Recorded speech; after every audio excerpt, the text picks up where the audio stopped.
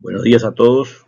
Es un gusto encontrarme con ustedes a través de este medio para informarlos del primer año de trabajo de este proyecto de rotaciones, arroz, soja, ganadería, bajo riego por pivot, eh, utilizando estos medios que nos obligan las circunstancias.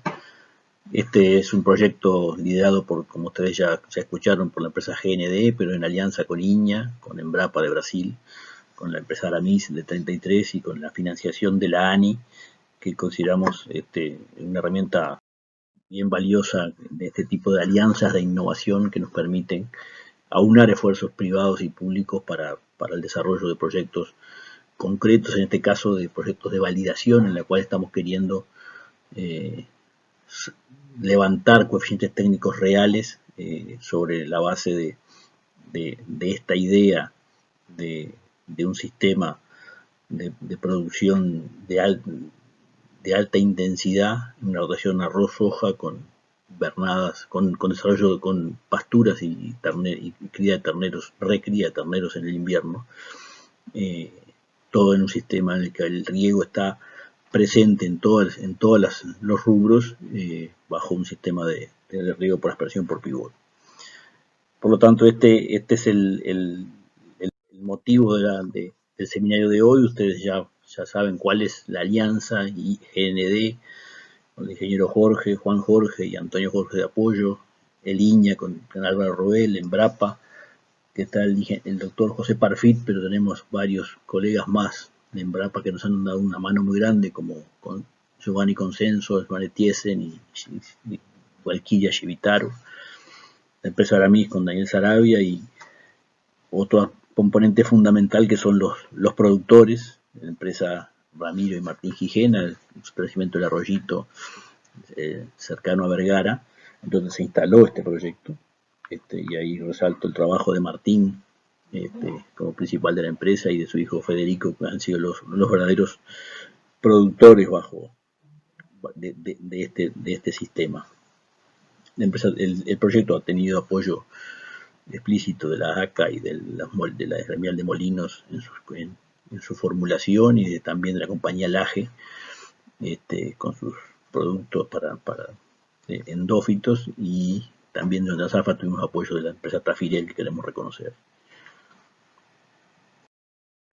El programa va a ser lo más concreto posible, en unas breves palabras sobre el desarrollo del proyecto, en su fase inicial, sus aspectos, los detalles del mismo, y luego directamente dedicarnos a los aspectos de manejo de los cultivos y sus resultados, y para cerrar con un primer análisis económico muy simple de esos resultados, y unos comentarios breves sobre la fase ganadera que está empezando en este momento, o sea que no tenemos ninguna información relevante. Los objetivos concretos, como algo ya adelanté del proyecto, eran el de validar a escala comercial un sistema arroz, soja, ganadería, en un sistema por aspersión que asegure altos rendimientos, inocuidad de los productos. Estamos apuntando ahí a los temas de metales pesados que han sido algún problema en el arroz y que en estas condiciones no lo debieran ser. Pensando en una baja huella ambiental, un sistema 100% en siembra directa y con una rotación arroz-soja que podría mejorar el balance de carbono de la agricultura, y que todo eso tenga un resultado económico que justifique inversiones y el desarrollo del mismo, ¿no?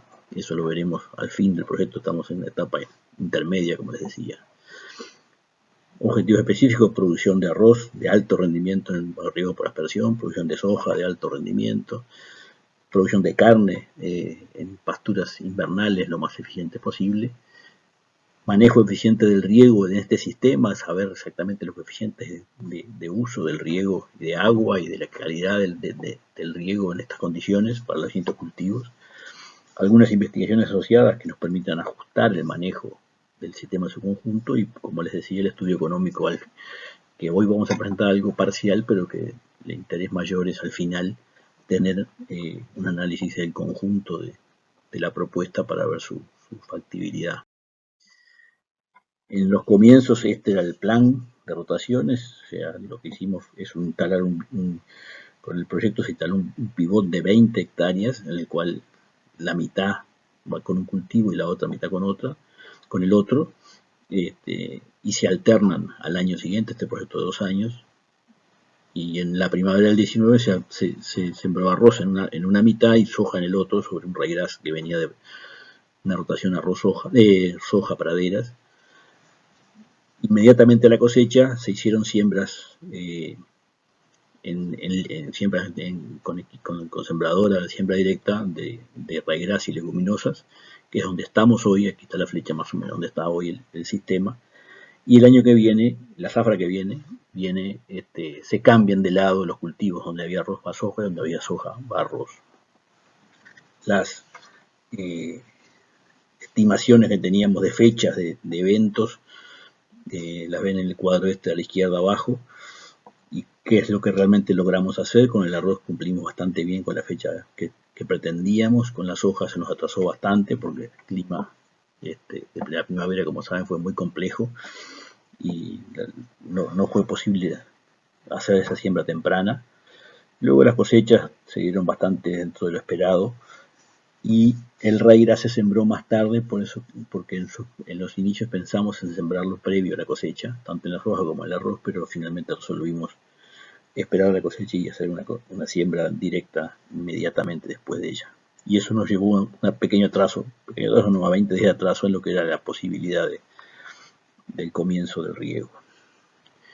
Nos proponemos originalmente y en el papel un resultado de rendimientos exigentes, alrededor de 8 toneladas de arroz, 4 de soja, 280 kilos de carne de ternero en ese periodo invernal. Esas son las propuestas teóricas, y bueno, aquí iremos viendo con el correr del proyecto hasta dónde se puede llegar con estas propuestas originales. Esto se arrancó, como les decía, operativamente en septiembre del año pasado. Ahí estamos fijando el punto exacto donde iba a estar el pivot, con el equipo de INEA, de los productores y los ingenieros Jorge. Instalación que llevó sus dificultades y que nos llevó casi que prácticamente al día que se terminó de instalarse, hubiera que sembrar el arroz para tratar de no perder la fecha de siembra, pero bueno, se logró. En las actividades previas hubo que, en función de los análisis de suelo, se resolvió, y por recomendación de Embrapa, porque como les comentaba, casi toda la tecnología o las recomendaciones para el manejo del cultivo de arroz bajo riego de presión las tomamos de los colegas brasileños, que ya tienen muchos años de trabajo en esto. Y una de las cosas es que con ese bajo pH que tenía el suelo, 4,8, y siendo un cultivo que no va a estar inundado, correspondía una corrección encalado que le hicimos tarde, porque tampoco dio los tiempos para todo lo suficientemente antes que se recomienda un encalado. Y luego una aplicación de glifosato el 28 de septiembre, y para las hojas hubo otra más a fines de octubre. También se hicieron algunos drenajes y terrazas derivadoras en la zona que iba a la soja y que era muy plana, para mejorar el drenaje. Son actividades previas. Este es el diseño en que quedó el pivot de 20 hectáreas, con la mitad derecha en soja y la otra en arroz, con 2 variedades, Iña Meriña e Iña Olimar. La idea inicial era tener una variedad de alto rendimiento y resistente a brusones, por la preocupación que teníamos sobre la posibilidad de que las enfermedades de tipo brusones fueran un problema en este sistema. Teníamos solamente Iña Merín en esas condiciones, de ciclo muy largo, y bueno, pretendíamos contrastar con otra variedad, y para eso incluimos a Olimar, que es muy susceptible, pero casi 2 semanas menos de ciclo que Merín. Vamos directamente entonces al manejo de los cultivos, con los detalles para cada uno de ellos. En el caso del arroz, tenemos el cuadro de los principales aspectos de manejo, con 2 columnas, Olimar y Merín. La mayoría fueron los mismos. Fecha de siembra 11 de octubre, 120-125 kilos de semilla. La semilla fue tratada con insecticida y fungicida, pero además con Rice Protect, con un protector para clomazone, pensando en aplicar una dosis altas de clomazone durante el cultivo, y también con el producto graminosoide, con Azospirillum, de laje, pensando en que en un sistema de secano esto podría ser una herramienta de ayuda al crecimiento de la planta de arroz. Las fertilizaciones se basaron también en las recomendaciones de Embrapa, que proponía 20 unidades de nitrógeno, 70 de fósforo y 110 de potasio para la aplicación basal. Se hizo una mezcla física y en la base se aplicaron 230 kilos, que dio 21, 92, 35. O sea, si aplicamos el nitrógeno, aplicamos un poco más de lo recomendado de fósforo y nos faltaba la buena parte del potasio que quedó para la aplicación de macollaje. Herbicida preemergente, glifosato clomazón, el 24 de octubre, intentamos que fuera lo más cerca de la emergencia del arroz, del punto de aguja, pensando en que eso también es una estrategia fundamental para darle más protección al control de malezas. Y luego ya la urea al macollaje fue el 9 de noviembre con 190 kilos, y ahí se completó la aplicación de potasio con 125 kilos de KCl, que completó esa dosis de 110 kilos de potasio. Ese mismo día se hizo el primer riego, el 9 de noviembre. Por las consultas que hemos hecho, aparentemente fue la primera vez que se regó arroz por aspersión en el Uruguay, así que tenemos esta foto conmemora ese momento con estos dos abultados, prominentes técnicos veteranos. El 20 de noviembre se hizo la idea era que originalmente era 100 kilos de urea en el macollaje, que la duplicamos porque realmente la población había sido muy baja de plantas y queríamos dar un golpe inicial fuerte, y luego de otros 100 kilos iban a ser distribuidos en 4 o 5 aplicaciones con fertirriego. El fertirriego no estuvo disponible y por lo tanto fuimos agregando urea en función de la observación y de la necesidad que veíamos del cultivo. Se aplicó una segunda urea el 20 de noviembre, luego el herbicida postemergente, Propanil, clomazone y fluroxipir. El 4 de diciembre otra urea de 55 kilos, el 26 de diciembre, cuando Olimar llegó a Primordio, otros 60 kilos. La aplicación preventiva de fungicida se hizo solamente para Olimar, teuconazol y trifloxystrobin. En mayo no se hizo nada y las cosechas fueron el 16 de marzo y 1 de abril. Ese es el esquema de manejo, algunos comentarios breves sobre el desarrollo del cultivo. La siembra fue en condiciones muy buenas, sobre el rastrojo de soja y raigras del invierno anterior, pero muy blando el suelo, muy difícil de evitar que la semilla se profundizara. Y luego, como todos saben, llovieron más de 300 milímetros en las 2 semanas siguientes. Demoró muchísimo la emergencia, se perdió mucha planta y la emergencia fue pobre. Terminamos con más o menos 100 plantas por metro cuadrado. Estuvimos hasta la primera semana de noviembre rascándonos la cabeza si resembrábamos o no, pero resolvimos mantener ese cultivo.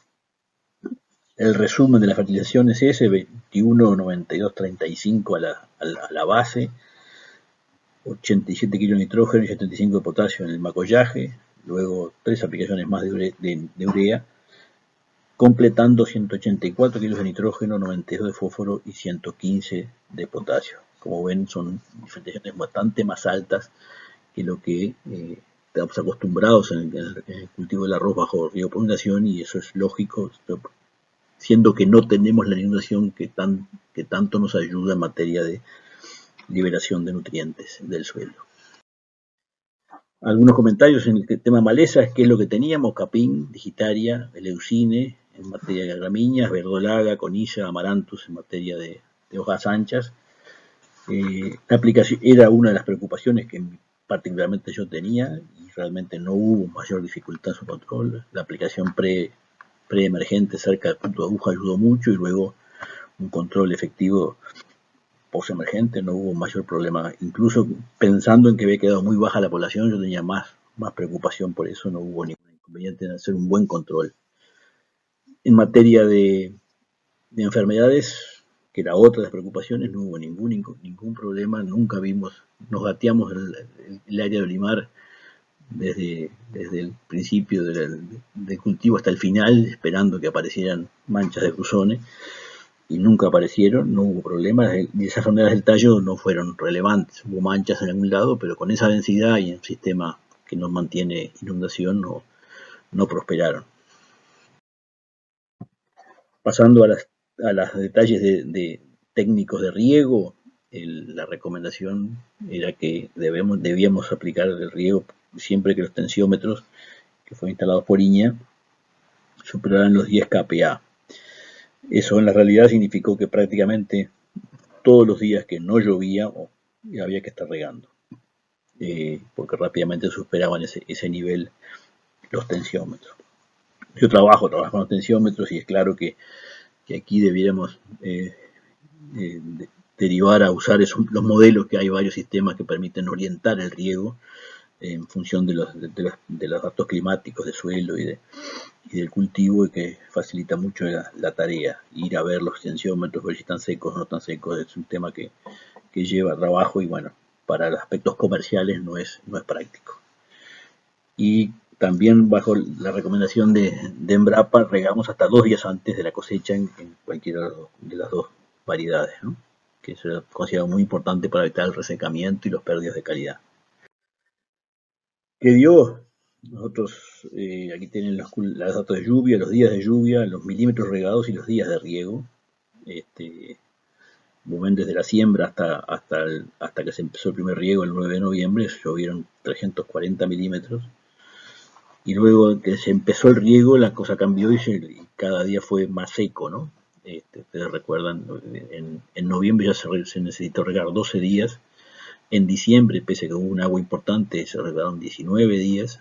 En enero, con solo 78 milímetros y altísimas temperaturas, se fue a 25 días de riego. En febrero, 24 días de riego, con 30 milímetros llovidos exclusivamente. Y marzo, que no llovió casi nada. Olimar todavía llevó 4 riegos antes de la cosecha y Merín llevó 14 riegos más. En total 824 milímetros regados para Olimar y 924 milímetros para Merín. Un punto importante que queríamos sacar del proyecto y es qué consumo teníamos, y estos consumos son bastante más altos que lo que teníamos teóricamente previsto por los datos de Brasil y de otros países, pero también lo esperábamos en la medida que fue claro para todos que fue un año excepcionalmente demandante. Algunos comentarios de los cultivos, estas fotos ya llegando a la etapa de madurez, y la área de Merín todavía mantenía varios huecos en las zonas en que la población fue muy baja. Olimar se cerró mejor, pero el Merín, que es menos macolladora, se notaban la falta de densidad en varias áreas.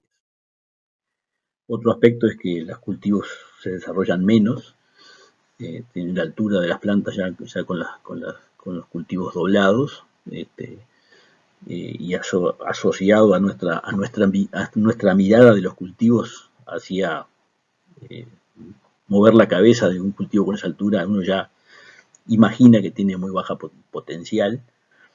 Estaban alrededor de 66, 67 centímetros de altura a la madurez cuando se hicieron los muestreos de INEA para componentes de rendimiento, cuando son variedades que tienen casi 20 centímetros más en el otro sistema, ¿no? Interesante ese concepto. A la cosecha se notaba claramente una mejor, a pesar de esos huecos que yo les decía, mejor perspectiva para Merín que para Olimar, por el tamaño de panojas y por el llenado de panojas que tenían. La cosecha, el comentario directo del maquinista es que obviamente se sorprendía de la eficacia del trabajo y de la eficiencia del trabajo, ¿no? Se cosecha como si estuviera cosechando un trigo, y eso cambia completamente el rendimiento de la máquina y de los equipos, ¿no? Que es un aspecto que no valoramos económicamente, pero que tiene su valor también, ¿no?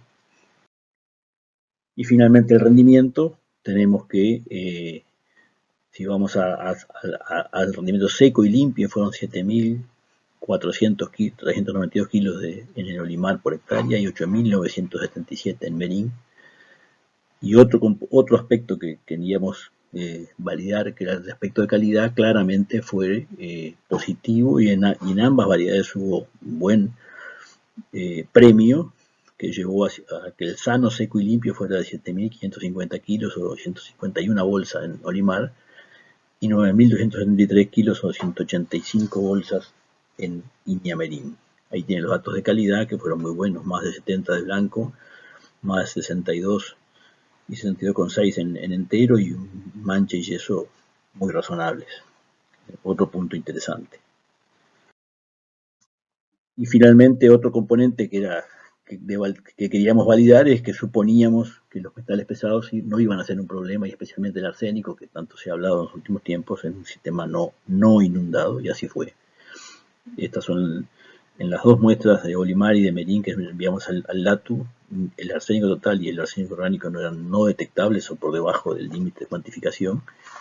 Medimos el cadmio porque a veces puede pasar que el cadmio se suba en estas condiciones y está muy por debajo de los niveles internacionales, 0,098 en Merín y 0,11 en Olimar, cuando los límites en la Unión Europea es 0,20 y en Brasil 0,40. El mercurio, que lo medimos ya que estábamos, como otro metal pesado que en algunos lados se reporta, no era detectable. Un comentario al margen y práctico es que teníamos la preocupación del tema de las huellas en un sistema en el que el equipo riega prácticamente todos los días y sabíamos que la recomendación es dejar esos trillos afirmados previamente a comenzar con los riegos. Los tiempos no dieron y bueno, se confirmó que eso es necesario, ¿no? Tuvimos algunos problemas de atascamiento por ahondamiento de las huellas y incluso algunas de ellas generan como una línea de erosión que es necesario controlar. El dato es que hay que hacerlas antes de arrancar. Se estaba trabajando en eso para que la safra que viene esto no sea un problema. Cambiamos de cultivo, soja. Con la misma lógica hacemos una grilla de manejo. El 21 de noviembre se sembró la variedad Don Mario 50 y 17, una variedad de ciclo corto, que recomienda la barraca de Erro para condiciones de riego. A 80 kilos, fertilizante basal, también aquí nos basamos en las recomendaciones de Embrapa 0,80-120, que fue lo que hicimos exactamente la recomendación que teníamos. Una mezcla preemergente de linfato, metolacloro y fluoxipir. El primer riego a los 4 o 5 días de la siembra, justamente porque ya empezaban las condiciones más secas y queríamos emparejar la emergencia. El herbicida postemergente el 28 de diciembre, el glifosato. Y después la serie empezó con un combo de fungicida, fertilizante foliar, insecticida y fofito el 24 de enero, insecticida y fungicida el 24 de febrero y insecticida solo el 24 de marzo, cosecha el 18 de abril. No tuvimos problemas, la emergencia fue muy buena y los riegos permitieron rápidamente emparejarla, pero sí tuvimos problemas de desarrollo y de enfermedades hacia fin del año pasado, de diciembre, con la aparición de enfermedades del tallo y de manchas como las que se ven en la foto, de plantas muertas y quedando lamparones. Las consultas que hicimos evidentemente eran hongos de tallo, y se nos recomendó incluso por gente de hierro de reducir la frecuencia del riego para minimizar este problema. La cultivo se mejoró sustancialmente y llegó a cosecha con muy buenas condiciones, pero claramente ese tuvo un periodo de crecimiento problemático. Para el riego se aplicó el límite de 50 kPa para disparar el riego, y eso se trabajó se regó hasta el momento en que empezó a caer la hoja, que el último riego fue el 12 de marzo. Detalles del riego: a partir de la siembra del 21 de noviembre y ese mes se regó 2 veces, en diciembre 6 veces, en enero, y asociado también a este comentario que les decía de los problemas de enfermedades de tallo, se bajó un poco la intensidad, se regaló 4 veces, en febrero se retomó 6 veces, y en marzo fue necesario dos riegos más. 20 riegos con 192 milímetros aplicados. La cosecha del cultivo de la soja fue de 3.048 kilos por hectárea,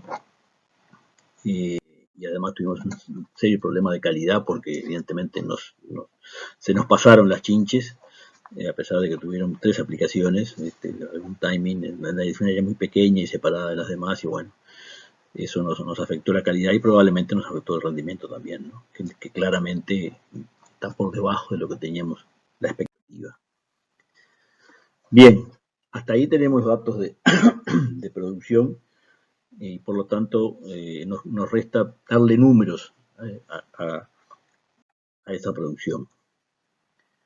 Y en primer lugar, hacer un análisis de los costos del sistema de riego, que es lo más novedoso y que es una realidad completamente distinta a lo que estamos acostumbrados a costear en sistemas arroceros tradicionales. Y tenemos costos fijos del equipo, tenemos costos variables del equipo asociados al uso del mismo, costos de la energía para el riego y los costos del canon de uso del agua. Vamos a rápidamente pasar por cada uno de ellos. Para poder costear la depreciación, interés del capital, seguros, o sea, costos fijos de la inversión en riego, hay que imaginarse un sistema comercial razonable. Un pivot de 20 hectáreas es carísimo porque por hectárea el costo es mucho más grande que cuanto más grande es el pivot, más se distribuyen los costos por hectárea. Y por otro lado, nunca sería lógico pensar en un pivot que riegue la mitad de un cultivo y la mitad del otro. Sería altamente complejo para la producción. Entonces, imaginamos como mínimo 2 pivots, uno regando arroz y otro regando soja, y con una área de 70 hectáreas cada uno, que es un área razonable. Hay pivots más grandes, pero se nos dice en comentarios que hablamos con gente en Brasil que pivots más grandes que eso tienen demasiada escorrentía de agua en la punta del pivot y hace que los riesgos de erosión sean bastante grandes. Así que si trabajamos sobre la base de 2 pivots con 70 hectáreas de arroz y 70 hectáreas de soja por año, y los dos trabajando sobre puentes verdes, sobre pasturas invernales en invierno.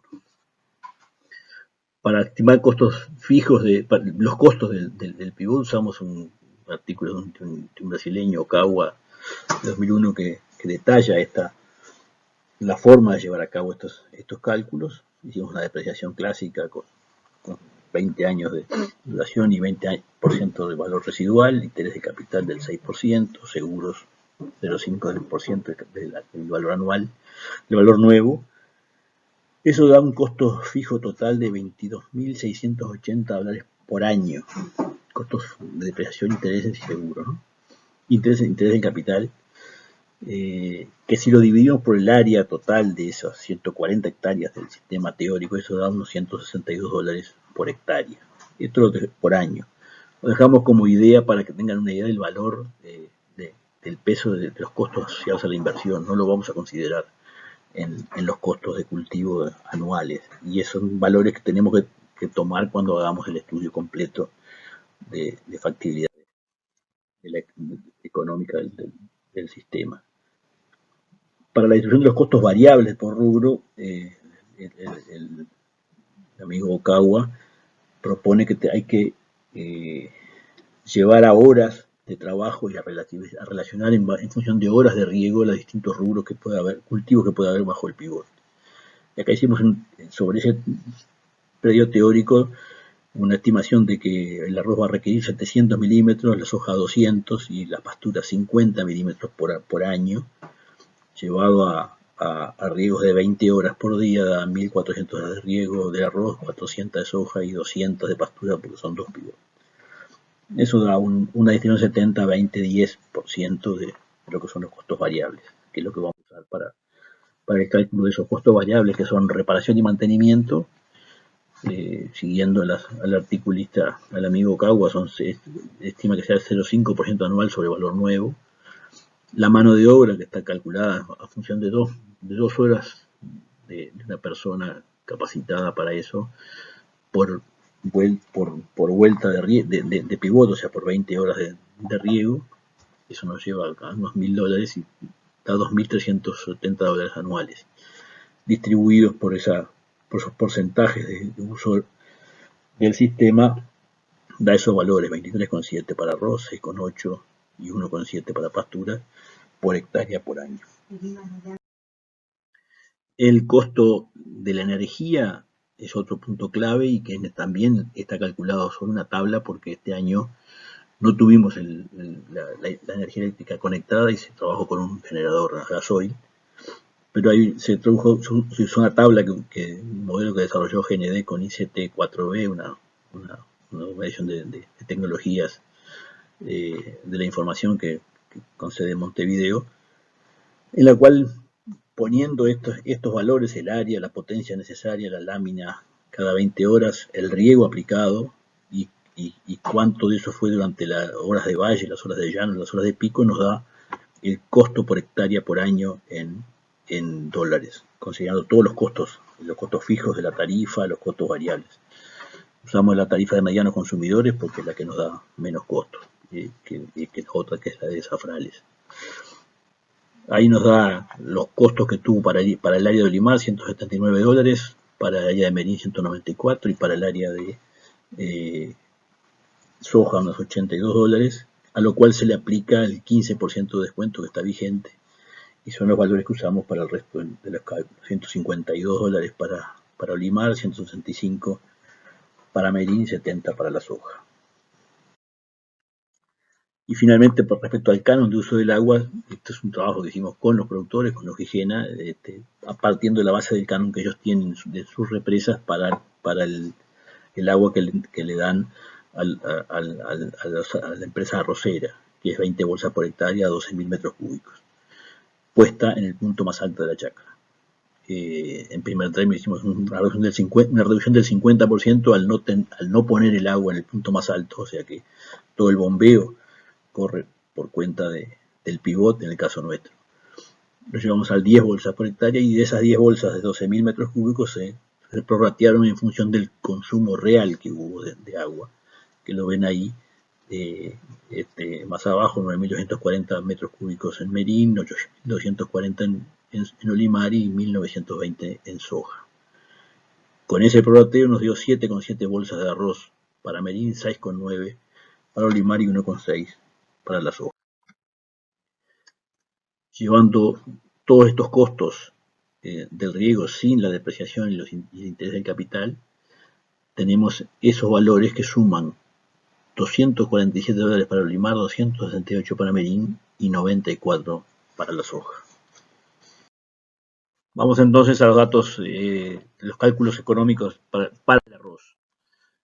Esta tabla está construida de la siguiente manera: los costos, en función de todos los detalles de manejo que ya vimos, están con los valores de insumos y agroquímicos, fertilizantes que tuvieron los productores en esta zafra, y para labores y cualquier actividad mecánica y de equipamiento, de aplicaciones, se consideró todo como si fuera contratado, a pesar de que la empresa tiene sus propios equipos. De esa manera nos facilita un poco la comparación para los que miran la información. De toda esa, ustedes tienen ahí todos los detalles por actividad, los aspectos de cosecha, transporte, secado, se hicieron en función de los valores normales que hay en el sector, y los valores de riego en función de lo que recién vimos. Nos dio un total de costos para el área de Merín de $1.251 por hectárea, y para el área de Olimar, que tiene algún costo más de semilla, tiene el fungicida como costo mayor que tiene Olimar, pero tiene menos costo de riego, menos de cosecha, transporte y secado por menor rendimiento, de $1.224. Eso lo llevamos a la comparación con los ingresos, de los ingresos sano, seco y limpio, y un valor de la bolsa precio provisorio del 30 de junio de 10,3, nos da $1.910 de ingreso del Merín y 1.555 del Olimar, lo que nos da un margen de $659 para Merín y 332 prácticamente para Olimar, lo cual son cifras bien interesantes pensando en lo que es la norma actual. Aquí nos queda todavía la intención, y que no tuvimos tiempo, es de hacer un buen comparativo con un cálculo clásico de los costos del arroz inundado para hacerlo con los mismos rubros para este sistema de producción, pero inicialmente los valores son bien positivos. Para el caso de la soja, la misma lógica, se hizo la grilla de costos por cada una de las actividades con el mismo concepto, insumos a los precios que manejó el productor y tareas por contrata, da un total de $897 por hectárea, que llevado a la comparación con el ingreso que fue suponiendo $315 de la soja, $160, da un magro margen neto de $63. Esto confirma en cierta medida la intención, la visión que teníamos de que la soja en este sistema requiere por lo menos 3.500 kilos o algo así de rendimiento para ser competitiva. Y bien, ¿qué podemos resaltar de este primer año y con todas las condicionantes que tienen un solo año de datos y que por supuesto deben ser tomadas con cautela, pero podemos decir que en definitiva que con estos datos el arroz regado por aspersión demostró un potencial de rendimiento bien competitivo, especialmente en el caso de Merín, también confirmando que probablemente que lo que teníamos como dato de Brasil de que variedades de ciclo largo son las más adecuadas, se confirma en este caso. Costos e ingresos parecen cumplir con la hipótesis original, lo que nos da la información de Embrapa y la información de productores que visitamos en estos últimos meses en Brasil, de una reducción importante en los costos de producción y un rendimiento similar o levemente inferior, mejorando el margen. El consumo de agua fue mayor a lo esperado, pero menor obviamente a lo que usa una chacra de arroz por inundación, y en un año récord de demanda atmosférica, o sea que suponemos que en otros años va a ser menor. Y creo que sirvió de testeo de que la capacidad del sistema de mantener las necesidades de la planta. En ningún momento en esos días de enero y febrero tremendos, incluso marzo, se vio sintomatología de déficit hídrico. Quizá la tuvieron, pero no severo. Las malezas y las enfermedades no fueron problema, ambas cosas nos daban preocupaciones, pero realmente no hubo ningún inconveniente en manejarlas bajo control. Repito, lo de las variedades de ciclo largo, evidentemente están más adaptadas a esas, es decir, permiten un mejor aprovechamiento del sistema. Tenemos mejoras posibles de reducción de costos con el uso del fertirriego y el quemirriego, que el año que viene los trataremos de utilizar al máximo. El afirmado de los trillos del pivote es clave, debe hacerse antes de comenzar, claramente. Y el tema de la desaparición de los metales pesados del grano es una buena noticia y es un componente complementario importante. Y para la soja tenemos a la inversa, el rendimiento no cumplió con la expectativa, pretendíamos por lo menos 3.500 kilos. El atraso de siembra jugó su papel, esos problemas de enfermedades que tuvimos a fin de año. No sé, la variedad de ciclo corto, no conocemos exactamente la perspectiva teníamos experiencia en esto, usamos la que se usa en el litoral, quedamos con la duda si no fue bien adaptada a las condiciones. Y el mal control de las chinches seguro que nos jugó en contra. También se pueden reducir los costos por fertirriego, y también queda claro que precisamos 3.500 kilos arriba para hacer un cultivo competitivo en este sistema que es más costoso, no hay ninguna duda, ¿no? En definitiva, ese es el panorama que tiene los datos de este año. 1000 preguntas, la necesidad de afinar el lápiz el año que viene y ajustar todos los manejos. Fue un año de aprendizaje en el cual realmente fue fundamental el apoyo tanto de los técnicos de INEA como de Embrapa para orientarnos hacia el mejor manejo posible, pero que seguro que el año que viene lo podemos mejorar. Y solo para terminar, un pantallazo de la fase ganadera que recién está comenzando. Sembramos el 20 de abril las distintas pasturas. El rastrojo de arroz fue ryegrass y trébol persis. El rastrojo de soja fue solo ryegrass. Ahí en fotos del 16 de junio. Y los terneros entraron a razón de 2,5 cabezas por hectárea, entraron el 20 de junio y estamos en esta etapa dando la primera vuelta de pastoreos. Esta foto es muy reciente, se le agradezco a Álvaro Robel y su equipo que sacaron con el dron de línea.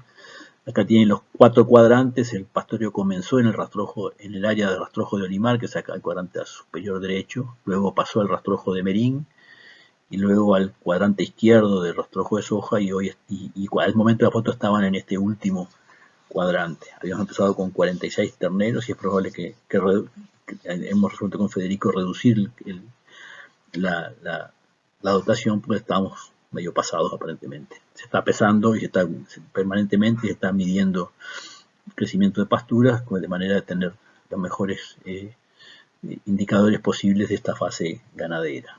Al cierre de esta fase ganadera recién tendríamos la primera oportunidad de hacer una cuenta completa del sistema en su conjunto en un año.